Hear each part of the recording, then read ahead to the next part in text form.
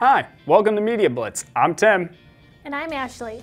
Halloween has come a little bit early here on Media Blitz. Allison is here to help us throw an awesome party. And you can't throw an awesome party without some awesome food. Professional chef Kirsten is here with us to share some pro tips to go along with some great fall recipes. Lanita is going to educate us on costume awareness. And then Miranda is going to drop by to keep us all up to date with the latest movie, music, and media releases. But first, Tim here is going to educate us on what's happening on TV this fall. That's right, Ashley. Some of my favorites have returned to television this fall, along with a brand new series that I'm really excited to talk about. It's time to get back into watching some great television shows this fall. Some great old shows have returned after taking a few-month break, and there's a brand new show that started this fall that is worth checking out. Let's see what fall TV has in store for us this year. First up is the brand new superhero show taking place in the very popular Arrowverse, Batwoman. Ruby Rose dons the cape and cowl and is the new hero of Gotham City. Filmed in the city of Chicago, Ruby plays the character Kate Kane, who returns to Gotham City in the hope to unravel the mystery of her dead sister, while also trying to find out what happened to her cousin Bruce Wayne, who disappeared 3 years ago. Batwoman airs on the CW 26 Sundays at 7 p.m. Next up is the popular zombie series The Walking Dead, returning for its 10th season. The Kingdom, Alexandria, and Hilltop have a new threat on the horizon with the deadly Whisperers, led by the dangerous Alpha. Continuing from the events of Season 9, the survivors must struggle to try and survive from the dead and the living, taking extra precautions for the first time when the war will eventually come knocking on their front door. The Walking Dead airs on AMC Sundays at 8 p.m. Last but not least, the popular anime series Sword Art Online returns with its brand new season in the Alicization arc, Sword Art Online Alicization War of Underworld. Last season, the hero Kirito, after suffering so much loss, has entered a stationary state, unable to talk or respond, and now is being taken care of by his friend Alice, who is also struggling with the events of last season. While taking care of Kirito, Alice learns that the monsters and the god of darkness, Vecta, from the Dark Territory plan on invading the human realm. The time has come to gather the rest of the knights of the human realm and prevent it from being taken over by the forces of darkness. Is Alice the key to protecting the human realm and saving Kirito? Or is it Kirito's fiancée, Asuna, the one who will save him and the world? War of Underworld is now streaming on Hulu, Crunchyroll, and Funimation every Saturday at noon. The English dub of the anime will air on Adult Swim/Toonami next year in 2020. Thanks, Tim. I'm definitely going to have to tune into The Walking Dead this week. Do you want to throw an awesome Halloween party without breaking the bank? Allison is here to tell us how. Hi, I'm Allison. Monica has a great article up on auspartanmedia.com about how to throw a killer Halloween party without spending a fortune. A good Halloween party will definitely have some spooky decorations up. You can spend hundreds of dollars on high-end Halloween decor that you only pull out once a year, or you can take a quick trip to the dollar store and turn your space into a haunted house perfect for a party. The dollar store has everything from fake spiderwebs to Halloween lights to creepy door covers and festive tablecloths. Dim the lights, put out some candles, and turn on some creepy music, and you're ready for a Halloween party. That's not all you can get at the dollar store.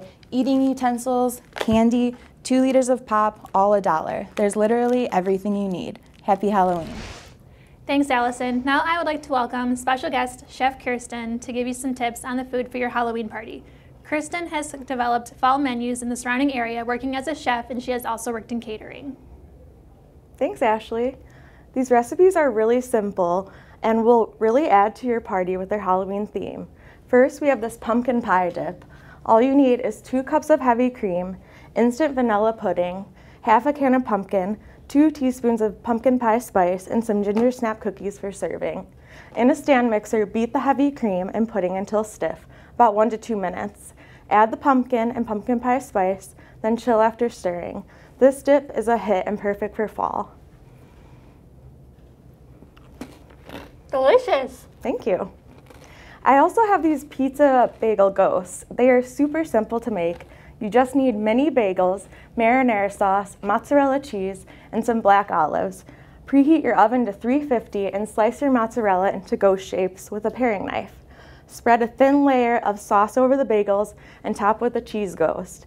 Bake for 10 minutes and add some olive eyes and boo, you have yourself a pizza ghost. Those look amazing. Thank you. You've worked in catering. Do you have any tips for preparing food for a large group of people? The most important rules of catering are to make sure your food is hot, fresh, and on time. Just make sure that you know the number of guests in advance to plan accordingly. Make yourself a schedule to stay organized when prepping and cooking. When it's time for the party, you can set your oven to the warm setting and keep the appetizers in there until it's time to serve. Thanks so much for being here, Chef. You can find these recipes in Monica's Halloween Party article. You can also find some other great fall recipes from Erin on auspartanmedia.com. Now we have a video from Lanita reminding us to be mindful this Halloween while dressing up. Then Miranda wraps up our show with what's happening in media and entertainment. Halloween is coming up, which means dressing up for the holiday is on everyone's mind. What are you going as is the biggest question linked to Halloween. Figuring out what costume to have can be a struggle. It can also be a struggle to figure out what's the best decision to make towards your costume idea and what's the best cultural decision to make. This is where the term cultural appropriation can come into play. Cultural appropriation, according to Cambridge Dictionary, is the act of taking or using things from a culture that is not your own, especially without showing that you understand or respect the culture. Yes, Halloween is a chance to be something or someone else, but some choices might offend or give out negative stereotypes. For this video, we're going to gather a couple of AU students and ask them about a couple of celebrities' Halloween costumes. I'm here with Jasmine Moore, and she's going to be answering a few of our questions. So first, can you tell us how cultural appropriation can relate to Halloween? Well, in terms of Halloween, I think cultural appropriation relates in the fact when someone from a different culture is taking something sensitive to someone else's culture and using it in a way to make a joke. Yeah, okay. That's pretty good. So I have some examples of Halloween costumes that might relate to this. So the first one is Julianne Hough, and she is dressed as Crazy Eyes from the show Orange is the New Black. So can you just tell us your opinions on this one?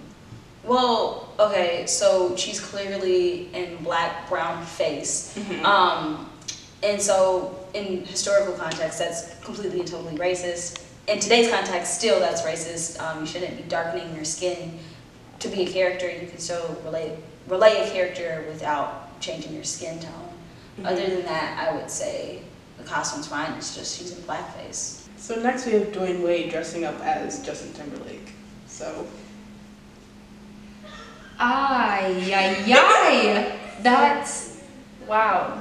Yeah. Your reaction? I feel like it goes both ways. Okay. Like, because it's just, I feel like you could dress up like that and not change the skin color again, right? As you saw, many different Halloween costumes gave off many different types of reactions. So this year for Halloween, make sure you think a little bit deeper about your costume choice. Hi, I'm Miranda. Lots of exciting things happening in media and entertainment. The much anticipated Zombieland Double Tap came out this week, the sequel to the original 2009 zombie comedy. The Breaking Bad film also came out on Netflix, much to Walter White's fans' excitement.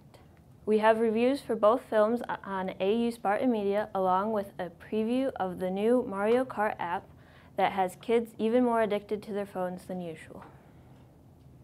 In local news, rock and roll fans can catch Rebel Soul Revival at play at the House Pub in St. Charles next Friday, November 1st. The following night, November 2nd, New Orleans-based artist Eric Lindell is being featured at the venue in Aurora. And that wraps up this week's episode of Media Blitz. Thank you for tuning in. I'm Tim. And I'm Ashley. We'll see you next time for the latest in music, movies, and pop culture. And don't forget to check us out on auspartanmedia.com. Happy Halloween!